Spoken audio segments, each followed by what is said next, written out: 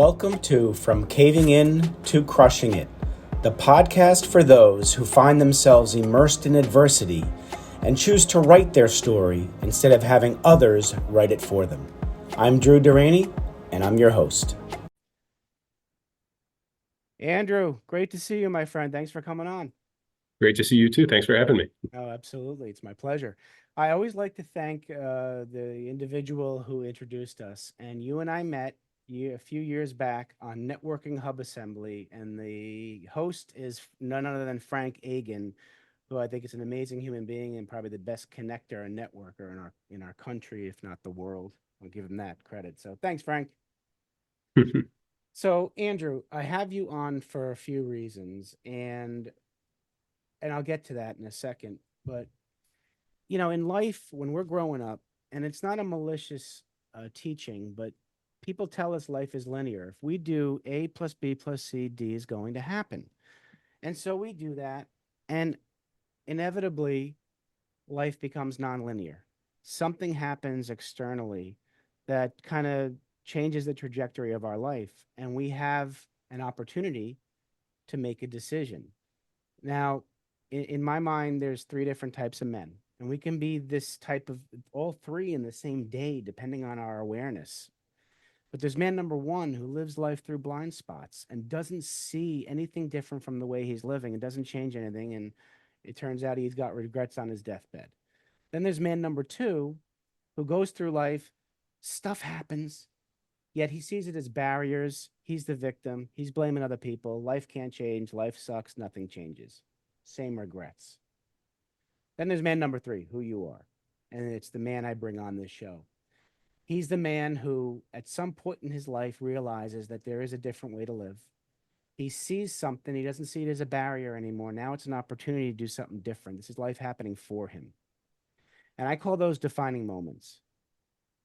And I'd love for you to reach back as far as you need to, Andrew, to tell us about the defining moment or moments that got you to be man number three, and you went from the Andrew Deutsch you were to the Andrew Deutsch you are now, and how that's moved you forward in life personally and professionally to mold who you are now.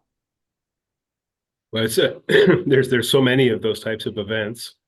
Maybe we'll go back to my grandfather, who was a guy that during the Depression worked for pennies a day sweeping the floor of a printing factory till the day that he was able to find investors and open his own and ended up owning one of the largest printing companies in this region of the country.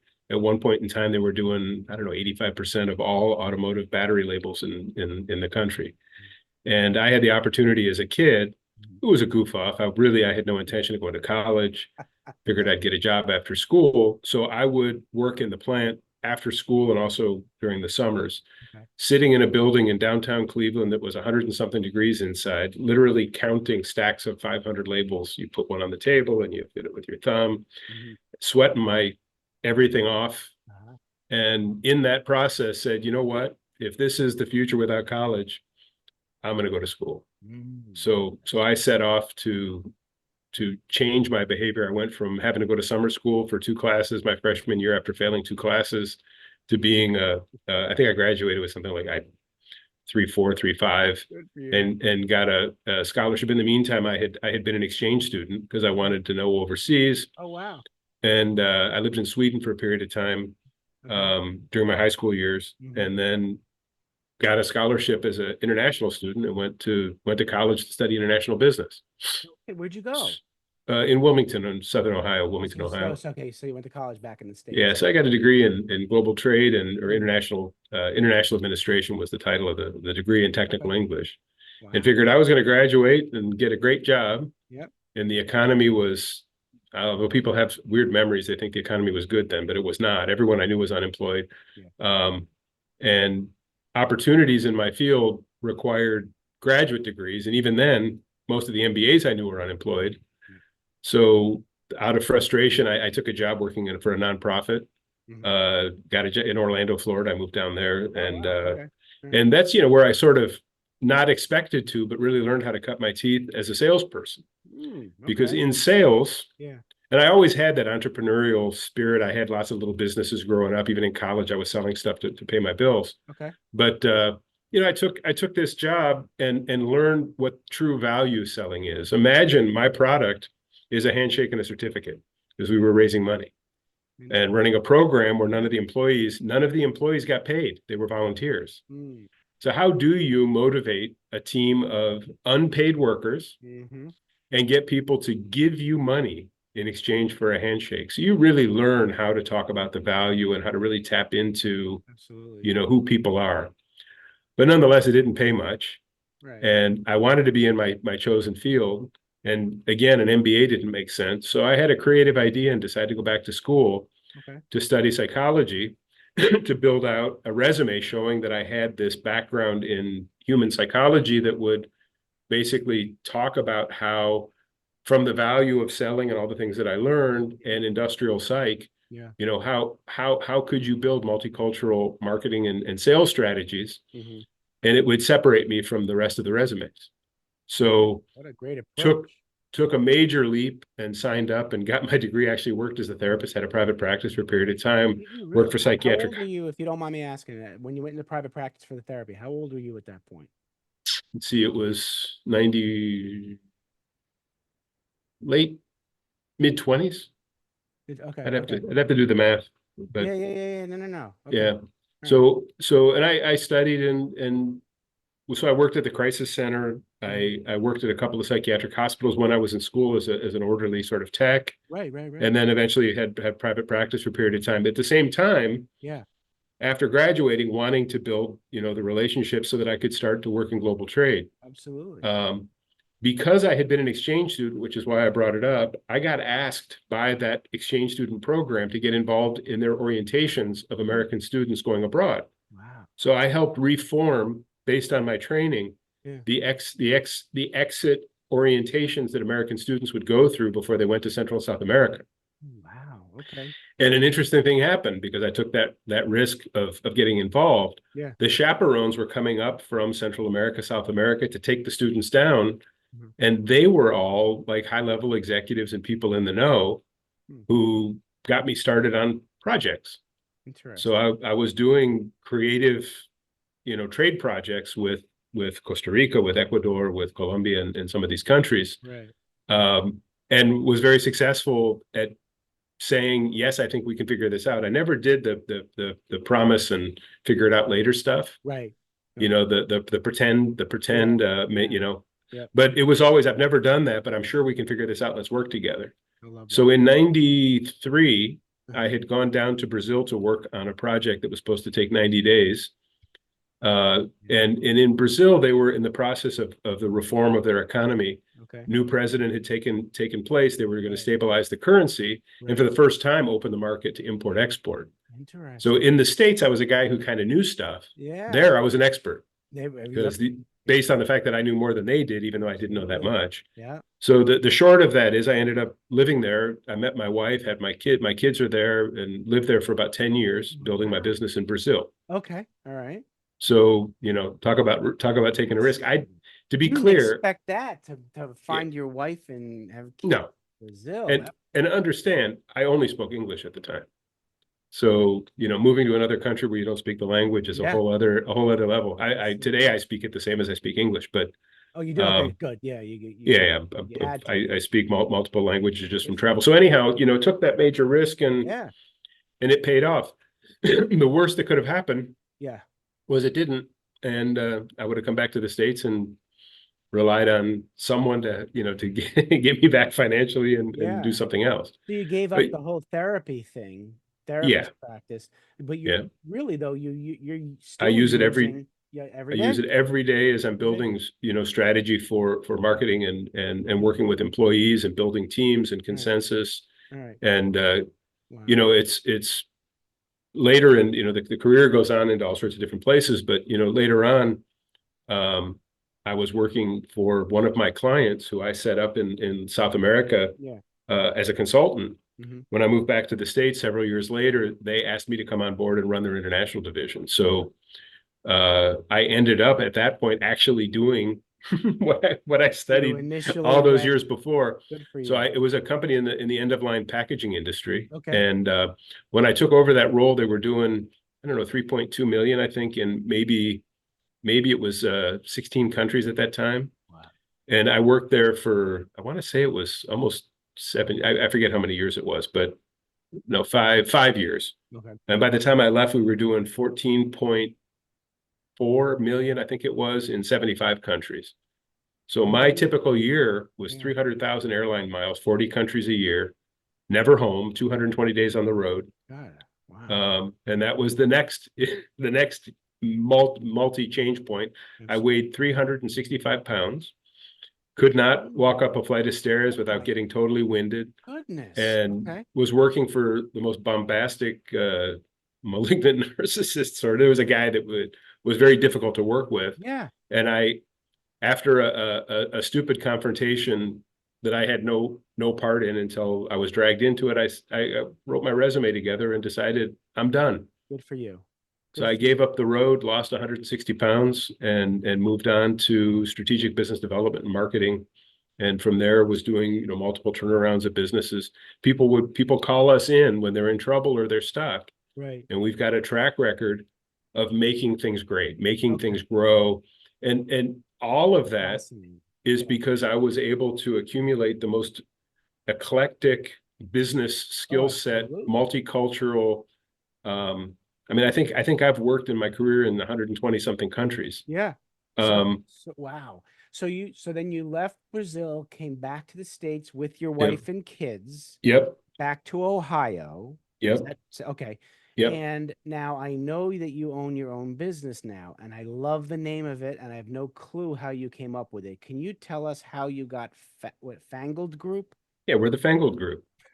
Help, So, help me out so here. This should be the fun. original business was called the Deutsch Group, Okay. and I picked it thinking that it gave some gravitas. It sounds like Mhm. a much bigger company than it was. Yeah. But when we came back to the States, it didn't occur to me that I needed to get it registered as a trademark name, and eventually somebody Oh, to get even for us taking on some clients that they thought were their property sure. created some legal issues for me to call my company the Deutsch Group. Your own In the name. meantime, I started as an employee of this end-of-line packaging company. So I just let it go. There's a long story, but Yeah. we're not Yeah. going to Yeah. go into it here. Yep. So when I came back out of there and decided to really get back into consulting, I was talking to one of my closest friends from my college days, and we were joking about, the strategic marketing. As opposed to saying a marketing agency, we were going to be a strategy house that helped bring disruptive technology to the market for our Okay. clients. And he says, you're gonna be one of them newfangled marketing companies. And I said, nah. He goes, you're gonna be old fangled. I said, nah, we're just fangled in the moment. Fangled. I love it. We're not newfangled or old fangled. We're I fangled. love that. And we laughed, and I put it on there, and we formed that. I think 2014 is when we formed Fangled. Okay. And I'm telling you, people I met then Yeah. who I haven't talked to since will bump into me and go, "Oh, you're the Fangled guy." It has great name recognition. Does. And what I like about it Yeah. is that it does not have a positive connotation. When something's newfangled or old fangled, it doesn't necessarily mean that it's good. Good. Right. Right. Right. So that sort of negative connotation, Mhm. forcing people to look it up and talk about it Talk about it. is a very good conversational piece for us in terms of disrupting the mindset and Yeah. and getting folks on board to recognize some of the great case studies we have of projects that we've done. Yeah. Well, give me an example of a current client, and how you help them. I have to be a little careful because the one major client we're working with right now, Mhm. I have an NDA in place, so I can't really tell you who How they about a are. former client, old client? Yeah, Just to give the audience a type of work you do, so yeah, when they piques their interest, they can reach out to you yeah. and say, So "Hey, I like that." there's a company that was very much involved in products for the woodworking space. Okay. And there's a lot of competition in those areas, but there's a specific problem Mhm. that needed to be solved, Yeah. and they had a solution for it. But every time they talked to people about it, they didn't quite get it. Okay. So we did a market study and evaluation based on that problem of what is it about that problem that the consumer recognizes and doesn't recognize. Mhm. And basically what it was it's a product that would replace clamping in a certain operation, Oh, okay. speeding up the process and not leaving any kind of a residue. Basically, reducing the time that it takes Okay. to finish something, Sure. and not complicate putting, if you're using adhesives and things like that on wood, Right. when you go to put a stain or a finish, it could show up. Yeah. So instead of selling the concept of this product and what it did, Hmm. we changed the story about the product in terms of what was the problem that it actually solved. I love that. How did it make the life easier of the woodworker and Okay. allow them to get onto the parts of the process that they really like to do? Got it. Yeah. Um, That's a great concept. so Yeah. so we built some strategy around that. Mhm. And another example was a company who was going to market talking about their product in the Mhm. way that they thought was important. Mm. And they were basically talking about the raw materials that they use, the processes, the fact Yeah. that they meet advanced testing in the industrial space. Everything they were talking about their product had to do with what would be considered like table stakes in a poker game. Got it. Everything that they talked about was what you had to do to be in business. An equivalent would Yeah. be, we're making cars and you should buy our car because we use steel and we put 4 tires and a windshield on it. So you have to know it's good. Yeah, I love it. Yeah. So you So have them stand apart from the yeah. competition. So we did a detailed market study. We spoke to their top 10 customers who had been with them for 20 years and never strayed. Got it. We talked to customers that use them as a second source. In other words, if my main supplier fell off the cliff, Yeah. you'd be here for us. Okay. And we talked to customers that strayed. And Interesting. in that research, none of the value proposition the company was marketing had any bearing. It No. was all of that stuff is normal. What we love about this company is they answer the phone. Mm. When when we have an issue, they're the only ones with flexible enough manufacturing to get us what we need when we need it because we goofed. Yeah. The other part of it was we when I do have a problem, I don't have to know how to do business with them. They just take care of it. I don't get an RMA form and be Yeah. told and 3 months later get a result. I get a person on the phone, they jump on it, they resolve it, and they fix it. Mhm. So really, the reason people did business with them was because they made buyers' lives so much easier. Right. They everything about them was the personal touch and customer service. I love it. No buyer ever lost their job because they had a mistake from this plant. Right. Whereas with competitors, that was the case. They went from about 38 to 85 million in 2.5 years and were able to sell that business. Well, So the value your Fangled Group provides, Andrew, is unbelievable for for any organization that is struggling with getting their message out. yeah, most businesses fail because they're all focused on the tactics. Yes. We're going to build a website, we're going to do this and that, but they don't have a core value-oriented, customer-focused strategy Absolutely. to then choose those tactics. Wow. We've seen multi-million-dollar companies that are out doing, these Google ads trying to draw business when in fact there's a finite customer base. Mm-hmm. There's 800 customers in the country that Yeah. could do business with them. Yep. And they're out there. I equate it to trying to kill mosquitoes with a shotgun. That's a You're good way of putting it. you can't do it. Now, if Yeah. you focus, if you know who all of those customers are and you have a personal outreach to every single one of those and understand those businesses and Mhm. focus it, your cost of acquisition goes way down, Mm. and you're much more effective while your competitors are out there hoping that some white paper will get somebody's attention. We're talking directly to the customer. I love what you just And said about cost of acquisition, because that's as important as getting the customer. Because yeah, if you get a customer, but what you're going to make is the cost outweighed what you're going to make. Yeah, cost of acquisition plus getting acquiring the right customer is yeah. what you're looking for. And when you do acquire, you've already got the personal relationship that you Absolutely. need Yeah. to it's not just cold inquiries every day and hoping that web lead is, Right. years ago I laughed. I was doing work for a company down in Georgia that was in the beverage packaging business, and one of the things they would decommission factories and they would sell the used equipment. Mm-hmm. And the SEO strategy, one of the things they had were these huge stainless mixing tanks, Mm. and we would get inquiries all the time for military tanks, scuba tanks, Mm-hmm. and people were paying money Yeah. for on those clicks to have a guy call and say, yeah, how many, what size scuba tanks do you carry? And it's, well, you just cost me $1.50 or $2 or $10, depending on what the lead was. Mm-hmm. And we don't sell scuba tanks. So when we refocused all of that Yeah. and started to build strategies about talking directly to the kinds of people who use used stainless tanks, Yeah.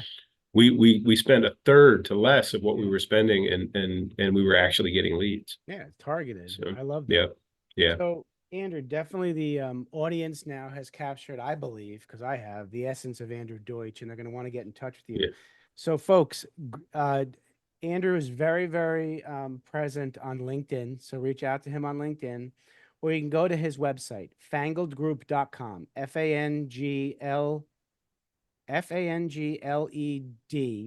Fangled, Group. Group, Yep. Group.com. It's worth a conversation. Absolutely. So, Andrew, I have two questions for you. All right. Only two? Just the two final questions, my friend, because I want to give you the opportunity you're sitting with 7 to 10-year-old Andrew. Mm-hmm. You want to give him advice about life. What would you tell him? I'm going to steal from the great Warren Zevon. Enjoy every sandwich. He said that to David Letterman a few weeks before he died. No kidding. Enjoy. That was his last. Letterman asked him, if you had something to tell the world at the end, what would it be? Enjoy every sandwich. Enjoy every sandwich. I love that. I love that. Well, I didn't expect a Warren Zevon, but that's deep, man. American philosopher and musician. Absolutely was. Huh. All right. Switch hats. Now you're sitting down with young Andrew, the young businessman, young entrepreneur, and you want to give him advice about business. What would you tell him? The only people who advance to great levels are those that learn strategy, not tactics. Tactics are secondary. If you learn and understand strategy, you can understand what all of the pieces are before you start looking at how to take it to market. Love it. Strategy before tactics. Yep. Yeah, and most entrepreneurs especially start with the tactics rather than the strategy. Well, that's where you begin in your career. Hey, get this newsletter together and otherwise. But if you don't look at every one of those tasks as to what is the outcome of this, what does it do? If I say this, what changes in the way that it affects people? What is the core strategy of the business? Yeah. And always have that focus no matter what tactical thing you're doing. You got to earn your place. Absolutely. You don't start as the CEO. No. And to get there, you have to really understand strategy. Very true. Very true. Well, Andrew, I want to thank you for not just coming on, but coming into my life, my friend. Just the fact that we were at the same networking group at that specific time and finally have connected, there's a reason why. And you've added a lot of value to my life and now certainly the audiences. So thank you, my friend. Well, thank you so much. I appreciate it. All right. You take care of yourself, Andrew, and everybody else out there. Take care of yourself. Thanks so much for listening. If you enjoyed the episode, please subscribe and give us a review to help others find it. I'd like you to answer this question. Are you living the life you want to live, or are you living the life others want you to live? I'd like you to think about that for a second, because I strongly suggest you live the life you want to live. If you want to learn more about what I stand for and my services and how I'm able to help many men get out of their own way, please go to my website at www.profitcompassion.com. Feel free to also email me at drew@profitcompassion.com. I'd love to have a conversation with you. Take care of yourself and choose to write your own story instead of letting others write it for you.